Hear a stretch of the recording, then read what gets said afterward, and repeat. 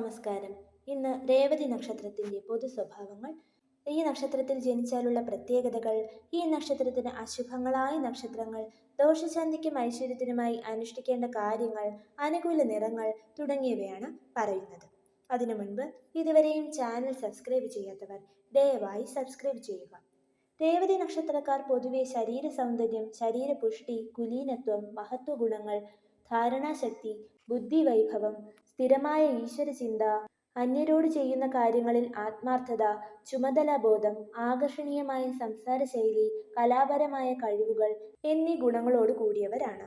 രേവതി നക്ഷത്ര സ്ത്രീകൾ പതിഭക്തിയുള്ളവരും മഹനീയ ഗുണങ്ങൾക്കുടമകളുമാണ്. ഇനി വിശദമായി നോക്കാം. നക്ഷത്രത്തിൽ 27ാമത്തേതായ രേവതി മീനം രാശിയെ പ്രതിനിധീകരിക്കുന്നു. ഇതിന് ബുധനാണ് ദശാനാഥൻ. ഈ നക്ഷത്രത്തിൽ ജനിക്കുന്നവർ സൽസ്വഭാവികളും ആത്മാർത്ഥതയുള്ളവരുമായിരിക്കും. നല്ലതുപോലെ സംസാരിക്കുവാനും സന്ദർഭോചിതമായി പെരുമാറുവാനും ഇവർക്ക് നല്ല വശമായിരിക്കും. സ്വഭാവത്തിൽ ഇവർക്ക് ഒരു പ്രത്യേകതയുള്ളത് ഇവർ ആരെയും ക്രമത്തിൽ കവിഞ്ഞ് വകവച്ചു കൊടുക്കുകയോ ആരിലും വിധേയത്വം ഭാവിക്കുകയോ ചെയ്യുകയില്ല എന്നുള്ളതാണ്. തികഞ്ഞ സ്വതന്ത്ര ബുദ്ധികളും സ്വാതന്ത്ര്യ പ്രേമികളുമായിരിക്കും ഇവർ. സ്വാതന്ത്ര്യത്തെ ചോദ്യം ചെയ്യുന്ന വാക്കുകളോ പ്രവൃത്തികളോ ആരിൽ നിന്നുണ്ടായാലും ഇവർ നഖശികാന്തം അതിനെ നേരിടും. എന്നാൽ ചില വിഷമ പ്രശ്നങ്ങൾ ഉണ്ടായാൽ ഇവർ പെട്ടെന്ന് ക്ഷീണിക്കും. അത്തരം കാര്യങ്ങൾ സഹിക്കുവാനോ വഹിക്കുവാനോ ഉള്ള മനഃശക്തി ഇവർക്ക് കുറവായിരിക്കും. ഹൃദയചാഞ്ചല്യം ഇവരിൽ കൂടുതലായി കാണും. തങ്ങളെ പ്രതികൂലമായി ബാധിക്കുന്ന കാര്യങ്ങളാണെങ്കിൽ പോലും മറ്റൊരാളോട് പറഞ്ഞ് ഇവർക്ക് മതി വരികയുള്ളൂ. രഹസ്യങ്ങളെ സൂക്ഷിക്കുക എന്ന സ്വഭാവം ഇവർക്ക് ഇല്ല എന്നുള്ളതാണ് വാസ്തവം. രേവതി നക്ഷത്രക്കാർ സ്നേഹത്തിന്റെ പേരിൽ ആരെയും അത്ര വിശ്വസിക്കുന്നവരായിരിക്കേയില്ല. വിശ്വസിച്ചു പോയാൽ അതിന് അഴിവുണ്ടായിരിക്കുകയില്ല. പാണ്ഡിത്യത്തിലും ഗവേഷണത്തിലും ഇവർ മുൻപന്മാരായിരിക്കും. ശാസ്ത്രീയവും കലാപരവുമായ എല്ലാ രംഗങ്ങളിലും ഇവർ ശോഭിക്കുന്നു. ഇവയിൽ ഏതെങ്കിലും കൊണ്ട് ഇവർ ജനമധ്യത്തിൽ അറിയപ്പെടുന്നവരും മാനിക്കപ്പെടുന്നവരുമായിരിക്കും.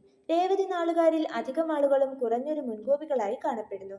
ആരെന്ത് പറഞ്ഞാലും സ്വന്തം അഭിപ്രായത്തെ മുറുകെ പിടിച്ച് പറയുകയും പ്രവർത്തിക്കുകയും ചെയ്യുന്നവരാണ് ഇവരിൽ അധികം ആളുകളും. അതുനിമിത്തമുണ്ടാകുന്ന ദുഷ്ഫലങ്ങൾ ഏതായാലും ഇവർ മാനമായി അനുഭവിച്ചുകൊള്ളും. സ്ഥലകാല പരിഗണനകൾ കൂടാതെ ആദർശത്തിന്റെ പേരിൽ ഇവർ പെട്ടെന്ന് ക്ഷോഭിക്കുകയും എന്തും സംസാരിക്കുകയും ചെയ്യും. ഇങ്ങനെയൊക്കെയാണെങ്കിലും ഇവർ ശുദ്ധഹൃദയരാണ്. മനസ്സിലൊന്നും പുറമെ മറ്റൊന്നും എന്ന വിധമായിരിക്കുകയില്ല ഇവരുടെ സ്വഭാവം. ഈശ്വരഭക്തിയിൽ ഇവരെ പോലെ ഉറച്ച നില മറ്റ് ആരിലും കാണുമോ എന്ന് തന്നെ സംശയമാണ്. ഇവരുടെ ഈശ്വരഭക്തി അടിയുറച്ചതാണ്. ദൈവാനുഗ്രഹം ഇവരെ എല്ലാ കാര്യത്തിലും പിന്തുടരുന്നു. ജീവജാലങ്ങളോടുള്ള കാരുണ്യം ഇവർ ചിലപ്പോഴെല്ലാം പ്രത്യക്ഷമായി കാണിക്കുന്നത് കാണാം. കോപാവേശം കൊണ്ട് പെട്ടെന്ന് ചെയ്തു പോകുന്ന കാര്യങ്ങളെക്കുറിച്ച് പിന്നീട് അവർ പശ്ചാത്തപിക്കുന്നവരായിരിക്കും. ഈ നാളുകാർ കാവ്യ നാടക അലങ്കാരാദികളിലോ വൈദ്യം ജ്യോതിഷം മുതലായ ശാസ്ത്രങ്ങളിലോ പാണ്ഡിത്യം സമ്പാദിക്കും. ഇവയിൽ ഏതെങ്കിലും കൊണ്ട് ഇവർ മാന്യമായ ഒരു ജീവിതമാർഗം സൃഷ്ടിക്കുകയും ചെയ്യുന്നതായി അധികവും കണ്ടുവരുന്നു. ഔദ്യോഗിക രംഗങ്ങളിൽ ഇവർക്ക് ശരിയായി വിജയിക്കുവാൻ കഴിയുന്നു. വ്യാപാര രംഗം ശുദ്ധഗതിക്കാരും സത്യസന്ധരുമായ ഇവർക്ക് വിജയപ്രദമല്ല. സ്വന്തം ബന്ധുവർഗാദികളെ കൊണ്ടും പിതാവിനെ കൊണ്ടും ഇവർക്ക് കാര്യമായ പ്രയോജനങ്ങളൊന്നും സിദ്ധിക്കുന്നില്ല. സഹോദരങ്ങളെ കൊണ്ടുള്ള നന്മയും താരതമ്യേന ഇവർക്ക് കുറവായിരിക്കും. സഹോദരവർഗത്തിൽ നിന്നും വ്യത്യസ്തമായ ജീവിത രീതിയും മനോഭാവവുമായിരിക്കും ഇവർ വച്ചു പുലർത്തുന്നത്. രേവതി നാളുകാർക്ക് ജീവിതത്തിൽ പല പരിവർത്തനങ്ങളും ഉണ്ടായിരിക്കും. അധികം പേരും നാടും വീടും വിട്ട ജീവിതത്തിൽ അധിക ഭാഗവും വിദേശത്ത് കഴിയുന്നവരായിരിക്കും. സ്വന്തം പരിശ്രമം കൊണ്ടേ ഇവരധികവും നന്നാവുകയുള്ളൂ. പ്രവർത്തന രംഗങ്ങളിൽ ഇവർ പരാജിതരല്ല. അസാമാന്യമായ കഴിവുകളും സാമർഥ്യവും ഇവർക്ക് ജന്മസിദ്ധമാണ്. എന്നാൽ ഏതു കാര്യത്തെക്കുറിച്ചും പെട്ടെന്നുള്ള വിരസതയും തീരുമാനമെടുക്കുന്നതിലുള്ള കാലവിളംബവും ഇവർക്ക് പ്രത്യേകതകളാണ്. അതുകൊണ്ട് ഒരേ പ്രവർത്തനത്തിൽ ഉറച്ചു നിൽക്കാതെ ഇവർ മാറി മാറി പ്രവർത്തിച്ചുകൊണ്ടിരിക്കും. ആരോഗ്യത്തെക്കുറിച്ച് ഈ നാളുകാർക്ക് അശേഷവും ശ്രദ്ധയുണ്ടായിരിക്കുകയില്ല. ഔഷധ സേവയിലും പഥ്യാചരണത്തിലും ഇവർ വിമുഖന്മാരായിരിക്കും. കൂടെ കൂടെയുള്ള പനി, നീരിളക്കം, പീനസാദി, ശിരോരോഗങ്ങൾ, ദന്തരോഗം ഇവയെല്ലാം ഇവരെ പിടിപെടാവുന്ന രോഗങ്ങളാണ്. 50 വയസ്സുവരെ ഈ നാളുകാർക്ക് പരിശ്രമത്തിന് തക്കതായ ഫലപ്രാപ്തി കാണുന്നില്ല. ജയാപജയങ്ങളുടെ കാറ്റു മാറി മാറി വീശിക്കൊണ്ടിരിക്കുന്ന ഒരു ജീവിതമാണ് ഇവർക്ക് ഈ പ്രായം വരെ ഉണ്ടാകാറുള്ളത്. 22 വയസ്സിന് മേൽ സ്വന്തമായ ഒരു ജീവിതത്തിന് ഇവർ അടിസ്ഥാനമിടുകയും 26നും 42നും ഇടയ്ക്ക് പലവിധത്തിലുള്ള ജീവിത വൈഷമ്യങ്ങളോടുകൂടി മല്ലിടുകയും ചെയ്യുന്നു. 27 വയസ്സ് മുതൽ ഇവർക്ക് സ്വപ്രയത്നത്താൽ അല്പാൽപം ചില പുരോഗതി സിദ്ധിക്കുമെന്നിരിക്കലും 50 വയസ്സിന് ശേഷം മാത്രമേ ന്യായമായി പ്രതീക്ഷിക്കാവുന്ന സ്വസ്ഥമായ ഒരു ജീവിതമാർഗം ഇവർക്ക് സിദ്ധിക്കുകയുള്ളൂ. വിവാഹ ജീവിതത്തിൽ പൊതുവെ ഇവർ അനുഗ്രഹീതന്മാരായിരിക്കും. മനസ്സിന് ചേരുന്നതും സാധുശീലകളുമായ ഭാര്യമാരായിരിക്കും ഇവർക്ക് കൂട്ടായി വരുന്നത്. എന്നാൽ ഇവരുടെ സ്വഭാവത്തിലുള്ള പ്രത്യേകത അറിഞ്ഞു പെരുമാറുവാൻ പ്രാപ്തിയും നയചാതുര്യങ്ങളും ഇല്ലാത്ത ഭാര്യമാരാണെങ്കിൽ കുടുംബജീവിതം തികഞ്ഞ പരാജയത്തിൽ കലാശിക്കും. രേവതി നാളുകാരുടെ സാൻമാർഗിക ജീവിതത്തിന് അത്രയൊന്നും ഭ്രംശം വരാറുമില്ല. ഈ നക്ഷത്രത്തിൽ ജനിക്കുന്ന സ്ത്രീകൾ സുശീലകളും സുന്ദരികളുമായിരിക്കും.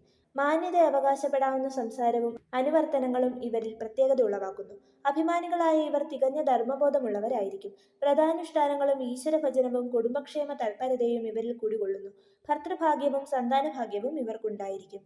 ഈ നക്ഷത്രം അന്നപ്രാശത്തിനും വിവാഹത്തിനും വിദ്യാരംഭത്തിനും നല്ലതാണ്. ഈ നക്ഷത്രത്തിൽ ആദ്യത്തെ ആർത്തവം ഉണ്ടാകുന്ന സ്ത്രീ രോഗിണിയായി തീരും. ഈ നക്ഷത്രത്തിന്റെ ദശാനാഥൻ ബുധനാണ്. തുടർന്ന് കേതു 7 വർഷം, ശുക്രൻ 20 വർഷം, ആദിത്യദശ 6 വർഷം, ചന്ദ്രദശ 10 വർഷം, ചൊവ്വാദശ 7 വർഷം, രാഹുർദശ 18 വർഷം, വ്യാഴദശ 16 വർഷം, ശനിദശ 19 വർഷം എന്നിങ്ങനെ ദശാകാലങ്ങൾ കണക്കാക്കാം. ഇനി പ്രതികൂല നക്ഷത്രങ്ങൾ ഏതെല്ലാമാണെന്ന് നോക്കാം. ഭരണി, രോഹിണി, തിരുവാതിര എന്നിവ 3, 5, 7 നക്ഷത്രങ്ങളും, ചിത്തിര 2ാം പകുതി, ചോതി, വിശാഖം ആദ്യ 3 പാദങ്ങൾ എന്നിവയും പ്രതികൂല നക്ഷത്രങ്ങളായി കണക്കാക്കാം. ഇനി അനുഷ്ഠിക്കേണ്ട കാര്യങ്ങൾ ഏതെല്ലാമാണെന്ന് നോക്കാം. ശുക്രൻ, ചന്ദ്രൻ, രാഹു എന്നീ ദശകളിൽ ദോഷപരിഹാര കർമ്മങ്ങൾ അനുഷ്ഠിക്കേണ്ടതാണ്. രേവതി, ആയില്യം, കേട്ട എന്നീ നക്ഷത്രങ്ങൾ ക്ഷേത്ര ദർശനത്തിനും മറ്റ് പൂജാതി കർമ്മങ്ങൾക്കും ഉത്തമമാണ്. നക്ഷത്രാധിപനായ ബുധനെ പ്രീതിപ്പെടുത്തുന്ന കർമ്മങ്ങളാണ് ഇവർ അനുഷ്ഠിക്കേണ്ടത്. രാശ്യാധിപനായ വ്യാഴത്തെയും പ്രീതിപ്പെടുത്തുന്നത് ഉത്തമമാണ്. വിഷ്ണു ഭജനം, ശ്രീകൃഷ്ണ ഭജനം, വിഷ്ണു സഹസ്രനാമ ജപം, ഭാഗവത പാരായണം തുടങ്ങിയവ അനുഷ്ഠിക്കാവുന്നതാണ്. ബുധനാഴ്ചയും രേവതിയും ചേർന്നു വരുന്ന ദിവസം സവിശേഷ പ്രാധാന്യത്തോടെ കർമ്മങ്ങൾ അനുഷ്ഠിക്കുക. മഞ്ഞ, പച്ച തുടങ്ങിയവ അനുകൂല നിറങ്ങൾ. രേവതിയുടെ നക്ഷത്ര ദേവത പുഷാവാണ്. അതിനാൽ ഓം പുഷ്ണേ നമ എന്ന മന്ത്രം ദേവതാപ്രീതിക്കായി ജപിക്കാവുന്നതാണ്. നക്ഷത്രമൃഗം ആന, വൃക്ഷം ഇരിപ്പ, ഗണം ദേവം, യോനി സ്ത്രീ, പക്ഷി മയിൽ, ഭൂതം ആകാശം. ഇപ്രകാരമാണ് രേവതി നക്ഷത്രത്തിന്റെ പൊതുവായ ഫലങ്ങൾ.